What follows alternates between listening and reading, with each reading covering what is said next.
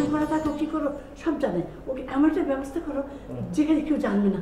বাচ্চাটা তো পালায় গেল। পালিয়েছে এটা ওর যোগ্যতা, আর তোমাদের অযোগ্যতা হচ্ছে তোমরা ওকে পালাতে দিয়েছো। আপনি আমার সাথে কথা বলেন। বলেন মানে?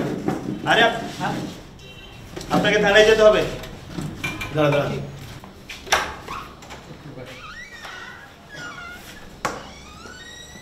জাকিউল ইসলাম জ্যাককে আমি আপনাকে আমাদের সাথে যেতে হবে। কেন?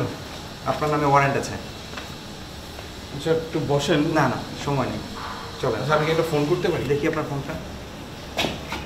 চলেন। আম্মা আরে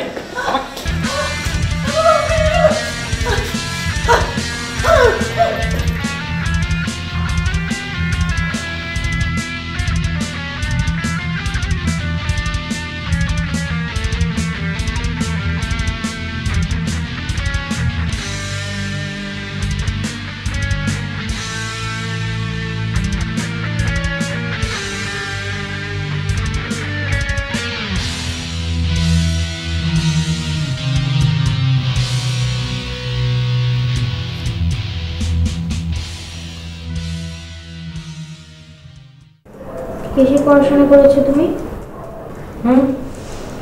আর্কিটেকচার। সেটা কি? আর্কিটেকচার হচ্ছে ধরো ধরো একটা বিল্ডিং, যেটা বানানোর জন্য একটা ডিজাইন দরকার, তারপরে এটার উইন্ড লোড কত হবে, এটার আর্থ লোড কেমন হবে, তারপরে ধরো ভূমিকম্প হলে যদি বিল্ডিং কতটুকু কাত হবে, বা একটা বিল্ডিংয়ের ওজনের উপর নির্ভর করছে বিল্ডিং কতটুকু নিচে দেবে যাবে। তারপরে ধরো বিভিন্ন রকম তো বিল্ডিং থাকে, ধরো স্কুল কলেজের একরকম, তারপরে ইন্ডাস্ট্রিগুলো একরকম ডিজাইনের, তারপরে ধরো বাসা বাড়িগুলো একরকম, এইসব নিয়ে আর কি। তুমি তো আমার থেকে অনেক বেশি কিছু জানো। তুমি কি বিল্ডিং ডিজাইন করো? না। কেন? আমি আসলে আর্কিটেকচার পড়েছি শেখার জন্য। আমি অনেক শিখতে ভালোবাসি তো, তাই। শিখে কি লাভ হলো? মানুষজন পড়াশোনা শেখে লাইফ সারভাইভ করার জন্য, কিন্তু আমার তো ওটার দরকার নেই। আমার বাপ্পির তো এত এত টাকা, এই জন্য আমি শুধু শিখি। আমার শিখতে অনেক ভালো লাগে। ইনফ্যাক্ট আমাদের একটা ক্লাব আছে, এল ক্লাব, যেটাকে বলে লার্নার ক্লাব। এখানে প্রত্যেকটা এমপ্লয়ি কিছু না কিছু শেখে, এটাই ওদের কাজ। তারা লাইফ সারভাইভ করে কীভাবে? ওই যে আমার বাব্বির এত এত টাকা, আমার বাব্বি প্রতি মাসে ওদেরকে একটা অ্যামাউন্ট পে করে, আর ইন রিটার্ন ওরা একটা ডকুমেন্টস জমা দেয় যে ওরা প্রতি মাসে কী কী নতুন জিনিস শিখলো। তুমি এখন কি শিখছো? দাবা। জুডিথ পলগারের নাম শুনেছো? না, কে উনি? বিশ্বসেরা খুদে দাবাড়ু, জিনিয়াস। কোথাকার? হাঙ্গেরির। ববি ফিশারের নাম শুনেছো? উনিও দাবাড়ু? American genius. মরফের নাম শুনেছো? না, আমি শুধু এখন খেলাটাই শিখছি। মরফি হচ্ছে ইতিহাসের first world champion chess player. তুমি সবসময় পাজলটা নিয়ে খেলো কেন? বাবা বলেছে মাথাটাকে রেস্টে না রাখতে, রেস্টে রাখতে হলে ঘুমাতে হবে। তোমার বাবা কি করেন? কি করতে জানি না, বলেনি। কিছুদিন আগে ট্রেন অ্যাক্সিডেন্টে মারা গিয়েছে।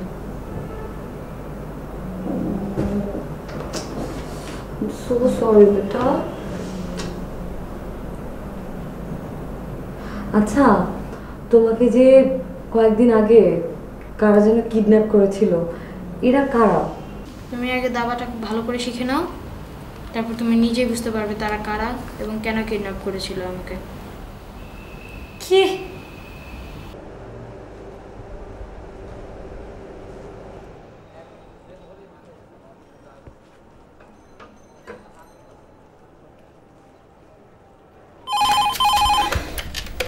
হ্যালো হ্যালো, এটা কি জ্যাকের বাসা? হ, জ্যাকের বাসা। খবরদার কোনো বেটি মাই সামগোজ একবারে ফোন দিবেন না। আমি একটা বেটার পর বান্ধবী কি বান্ধবী আপনারা? আপনি জ্যাকের মাকে ফোনটা দিন। আমার ঠেকা পড়ছে আপনার সাথে কথা কনের বদমাশ বেটি। এই বুয়া, আপনি জানেন আপনি কার সাথে কথা বলছেন? না বুঝে না শুনে এত কথা বলছেন কেন? আমি জ্যাকের খালা। কোন খালা? বড় খালা। ও খালা মাগো, আপনি ফোন করছেন, আমি তো আগে বুঝি নাই। আমগো তো সর্বনাশ হয়ে গেছে খালাম্মা। আমগো আম্মার ফিট খাইছে, আপনি তাড়াতাড়ি আয়ে। জ্যাক কোথায়? আর মোবাইল ফোন বন্ধ কেন? জ্যাক বাইরে পুলিশে ধরে নিয়ে গেছে, বাসা থেকে পুলিশে নিয়ে গেছে। জ্যাককে পুলিশে ধরে নিয়ে গেছে কেন? আমি তো কিছু জানি না, আপনি আয়েন, আমগো বাসান। আচ্ছা আপনার বাসার অ্যাড্রেসটা বলেন তাড়াতাড়ি। আপনি কেমন খালা, বাসার ঠিকানা জানেন না? আশ্চর্য, এখন এত কথা বলার টাইম নেই। আপনি অ্যাড্রেসটা বলেন, আমি অনেক আগে এসেছি, মনে নেই আমার। আপনি সিদ্ধেশ্বরী কালীবাড়ির পিছাইয়া সুলতান ভাইয়ের দোকানের কথা জিজ্ঞেস করেন, ব্যাকেই চিনে।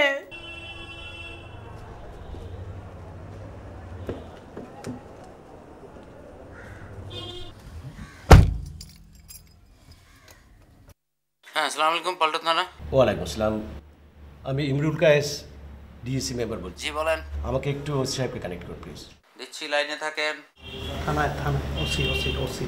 ওসি সাহেব, আমার দুজন লোককে আপনারা অ্যারেস্ট করেছেন। একজনের নাম মাসুদ, আরেকজনের নাম হচ্ছে জাকিউল ইসলাম জ্যাক। ও আচ্ছা, জি বলেন। আচ্ছা, ওদের এগেনস্টে আপনার এলিগেশন আমি কি একটু জানতে পারি? এই জ্যাকের এলিগেশনটা কি? স্যার ওটা মার্ডার। ও মার্ডার? কি বলছেন আপনি?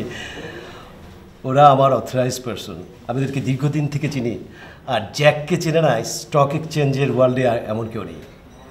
কী করে? ওদেরকে তো এভিডেন্টলি গ্রেফতার করা হয়েছে। আচ্ছা, আমি আমি আমি ফিজিক্যালি নিজে আসছি বিষয়টা দেখার জন্য। আপনার প্রতি একটা অনুরোধ, আমি না আসা অবধি তাদের রিপোর্টে চালান দেবেন না। চালান দেওয়ার আগে আসেন। Thank you. ঠিক আছে, তোমাকে শিখিয়ে দিব, কিন্তু তার আগে তোমাকে চোখ বন্ধ করতে হবে। ওকে। এই আমি চোখ বন্ধ করলাম। আমি এখন পায়ে শব্দ করতে করতে যাব, তোমাকে বুঝতে হবে আমি কোথা থেকে কোথায় গিয়েছি।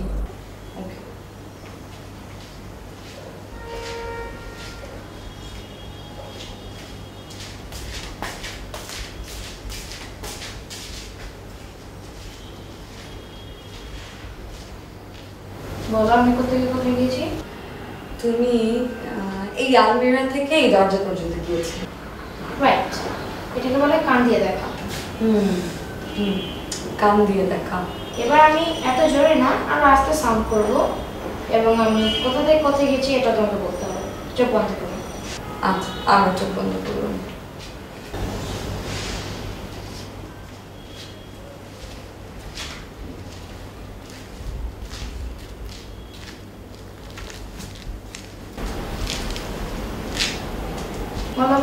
কোথায় গেছি?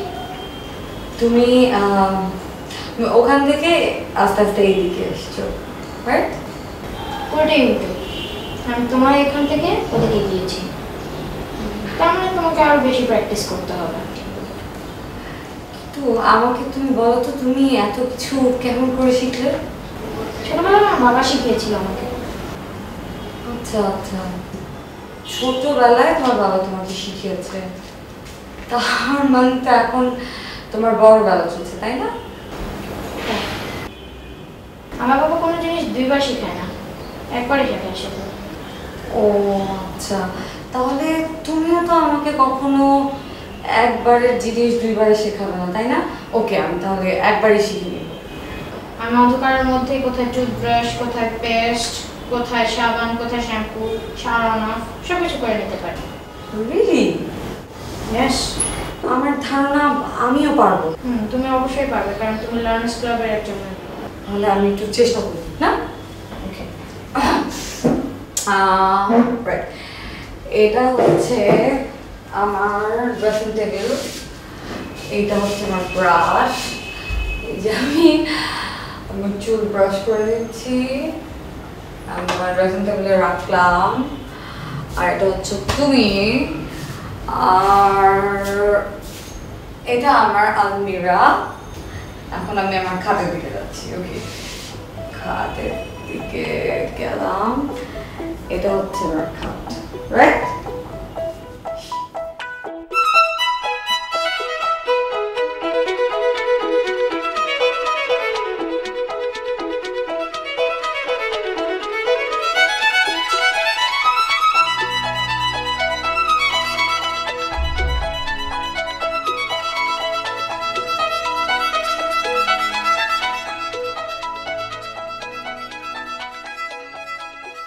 জ্যাকবার মতো একটা লোক তাকে অ্যারেস্ট করিয়া পারে মানুষ। জ্যাকবার এগুলা কিছু হইতো না, বুঝছেন? জ্যাকবার আশেপাশে কতগুলো ঘুরে না ধান্দাবাজ, এই ধান্দাবাজগুলোর জন্য এগুলো হইছে। আর ডিসি নর্থ হচ্ছে আমার মাম। জ্যাকবার কি হয়েছে? অ্যারেস্ট হইছে, পুলিশ ধরে নিয়ে গেছে। জ্যাকবার অ্যারেস্ট হয়েছে? হ্যাঁ। আরে মনে করেন আমি ছিলাম ফেরিতে, যখন শুনলাম জ্যাকবারের এই ঘটনা তখন কাকে চান? জ্যাকের বাসা? জি আসেন। জি জি, আমি জ্যাকের ফ্রেন্ড মেবি।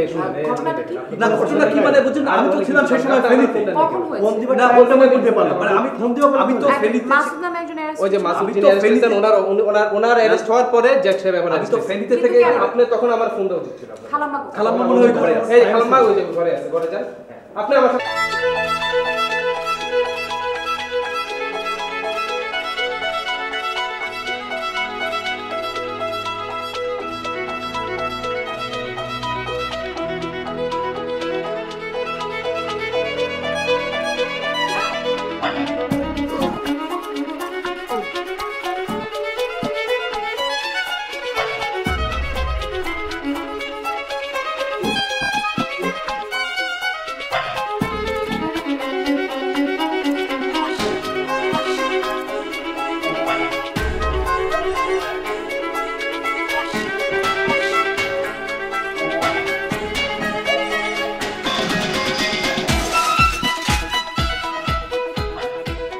আমাদের এলাকায় 3 দিন আগে একটা খুন হয়েছে।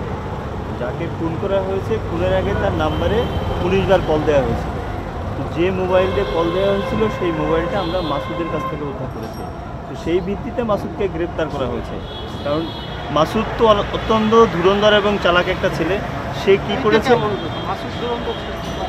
কি করেছে, খুনের 3 দিন পরে সিমটা চেঞ্জ করে ফেলেছে। সিম চেঞ্জ করার পরে ও ভেবেছে ওকে আর আমরা ধরতে পারবো না। তো আপনি তো জানেন যে বাংলাদেশে এখন পুলিশ, এসবি, র্যাব, সিআইডি সবাই অত্যাধুনিক প্রযুক্তি ইউজ করে। কোনো খুন করে তো লুকিয়ে থাকতে পারবে না। তো সেইভাবে আমরা মোবাইলের আইএমই নাম্বার কালেক্ট করে আমরা মোবাইল ট্র্যাকিং করেছি। ট্র্যাকিং করে সেভাবে আমরা মাসুদকে ধরে নিয়ে এসেছি। আমি বুঝতে পারছি, কিন্তু আমার এখনও বিশ্বাস হয় না মাসুদ এই ধরনের একটা কাজ করতে পারে। আর আমার দীর্ঘদিন থেকে ওকে চিনি। ওর জীবনের স্টক এক্সচেঞ্জের কাজ ছাড়া অন্য কিছু মানে। আর আমার কাছে এখনও বিশ্বাস হয় না। মানে আমি যেটা চাইবো সেটা হচ্ছে যে আপনাদের কোথাও একটা ভুলও তো হতে পারে না। বিষয়টা হচ্ছে যে যেহেতু আমরা মোবাইলটা তার কাছ থেকে উদ্ধার করেছি, সেই অনুযায়ী তো আমরা ধরতে পারি যে সেই খুনি বা সেই খুন করেছে, এই হিসাবেই তো তাকে ধরা হয়েছে। না, আপনি কোনো চিন্তা করেন না। আইনগতভাবে যেটা হয়, মানে যে ব্যবস্থা হবে, ওরা যদি নিরপরাধ হয় তাহলে তো অবশ্যই মুক্ত হয়ে যাবে, কোনো অসুবিধা নেই। আমরা আপনার চেষ্টা করবো বিষয়টাকে সঠিক নির্ধারণ করার।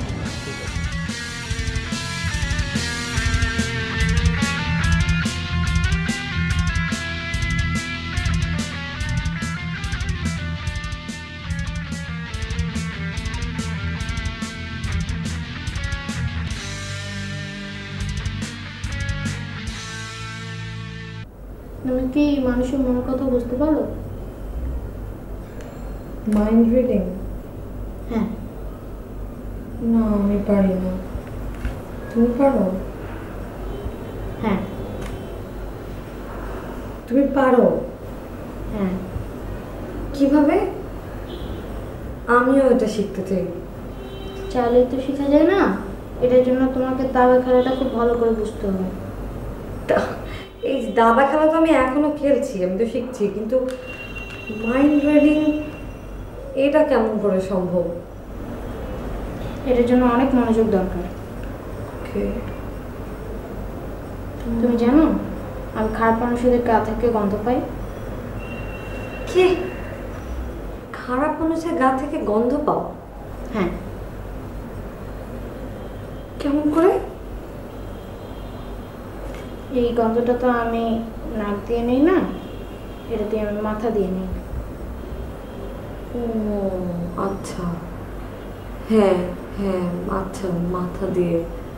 বাহ, আমি এটাও শিখবো, কিন্তু তার আগে তুমি একটু আমাকে হেল্প করো তো। আমি দাবা খেলতে গিয়ে এই জায়গাতে একদম আটকে গেছি। আমি কি এখানে ঘোড়াটা চালবো? দেখো তো, এই যে এটা। হ্যাঁ, এটাকে এখানে আনতে হবে।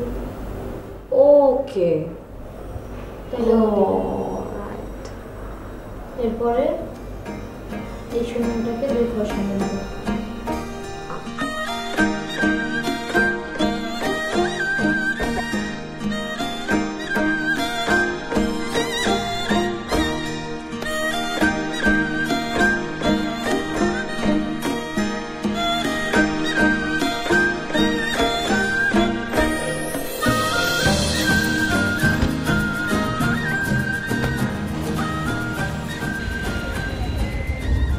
কাজ ভাই, আপনি এত সব ম্যানেজ করলেন কিভাবে? আমি তো পুরো ঘাবড়ে গেছিলাম, কি হয় না হয়। শোনো, এই অপ্রত্যাশিতভাবে মাসুদ অ্যারেস্ট হয়ে গেল। আমার তো চারিদিকে অন্ধকার দেখতে শুরু করলাম, ওই যে তোমাকে ফোন করলাম। পরে 1.5 ঘন্টা পরে জানতে পারলে যে তুই অ্যারেস্ট হয়ে গেল। তো পুলিশ তোমার অ্যারেস্ট হওয়ার কথাটা শুনে আমার মাথাটা হঠাৎ করে খুলে গেল। আমি ভাবলাম যে টেকনোলজি নিয়ে, যে আধুনিক টেকনোলজি নিয়ে পুলিশ মাসুদকে অ্যারেস্ট করেছে, তাদের কাছে নিশ্চয়ই এটা অ্যান্টিডট থাকে। তো আমি থানায় চলে গেলাম। থানায় চলে গিয়ে দেখলাম যে একটা হায়ার অফিসার, ও তোমার হয়ে কাজ করছে। ও আচ্ছা, ওই যে মেরিনের কাজিন। হ্যাঁ, তাই হবে। তোনাকে ব্যাপারটা বুঝিয়ে বললাম যে আপনারা যে টেকনোলজি নিয়ে এখন এই আসামিটাকে ধরেছেন, এটা নিশ্চয়ই কোনো অ্যান্টিডট আছে।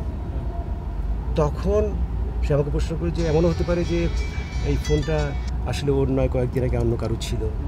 তখন আমি বললাম হ্যাঁ, ও কয়েকদিন আগে ফোনটা কিনেছে, এই ধরনের হতে পারে। মানে তখন ওই সিস্টেমে ওই যার অরিজিনাল ফোন তাকে নিয়ে আসলাম এখানে। সিম্পল স্যার, বললাম যে এটা কোনো অ্যান্টিডট আছে।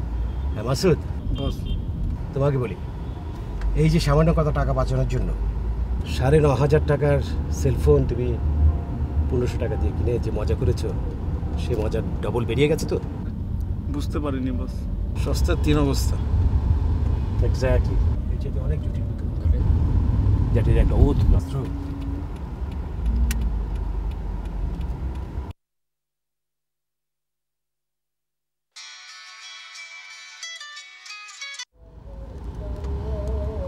আম্মা, ও বুয়া, আচ্ছা বুয়া আম্মারে বলেন যে আমি বেরোইছি, ঠিক আছে?